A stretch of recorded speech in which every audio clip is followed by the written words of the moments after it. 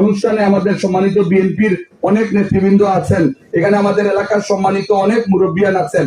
আমি এটি না বললেই নয়, আমরা এমন একটা সমাজ ব্যবস্থার মধ্যে আছি, এখানে যারা অনেক মুরব্বিয়ান বসে আছেন এই অনুষ্ঠানে, এখনকার সমাজ ব্যবস্থায় আমরা দেখি যে 20 থেকে 22 অথবা 25 বছরের ছেলেরা আমাদের বাবাদের বিচার করে, যারা এখন মুরব্বী হচ্ছে 20 থেকে 22 বছরের যারা আছেন তরুণ, তারা হচ্ছেন বিচারী, আর বিচার করছেন আমাদের মুরব্বিয়ানদের। আমাদের প্রার্থী সিলেট একের খন্দকার মুক্তাদির সাহেব চমৎকার একটি কথা বলেছেন। উনি বলেছেন যে আমরা এই সিলেটে আবার পঞ্চায়েত প্রথাকে পুনঃপ্রতিষ্ঠিত করব, যেখানে মুরব্বিয়ানরা আমাদের সালিশ করবেন, যেখানে মুরব্বিয়ানরা সম্মানিত হবেন, এরকম একটি সমাজ ব্যবস্থা আমরা প্রবর্তন করব, এরকম একটা পরিবেশ আমরা ফিরিয়ে নিয়ে আসব যেটা আমাদের বাপদাদার সময়ে ছিল।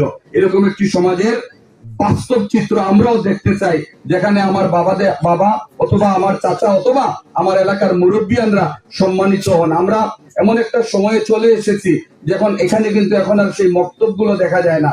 এখন রাস্তাঘাটে ছেলেমেয়েরা দেখলে আর মুরব্বীদের সালাম দেয় না।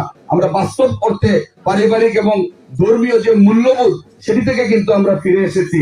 আমরা সেই পরিবেশটুকু ফিরিয়ে আনতে চাই। আপনাদের সকলের সহযোগিতা চাই, সকলের সহযোগিতা পাবো এই প্রত্যাশা থেকে আজকের এই অনুষ্ঠানে যারা উপস্থিত হয়েছেন, সম্মানিত বিশেষ অতিথিবৃন্দ সহ আপনারা যারা উপস্থিত হয়েছেন, আপনাদের সকলের সুস্বাস্থ্য এবং দীর্ঘায়ু কামনা করে আমাদের ঘাসফুল ইকো রিসোর্ট শুধু ব্যবসায়িক দিক দিয়ে সমৃদ্ধ হোক, এটির পাশাপাশি এই ঘাসফুল ইকো রিসোর্টের মাধ্যমে এই এলাকার সুনামও যাতে বৃদ্ধি পায়, সেই বিষয়ের প্রতি আমি রিসোর্ট কর্তৃপক্ষকে অনুরোধ করে আপনাদের সকলের সুস্বাস্থ্য এবং দীর্ঘায়ু কামনা করে আমি আমার বক্তব্য শেষ করছি।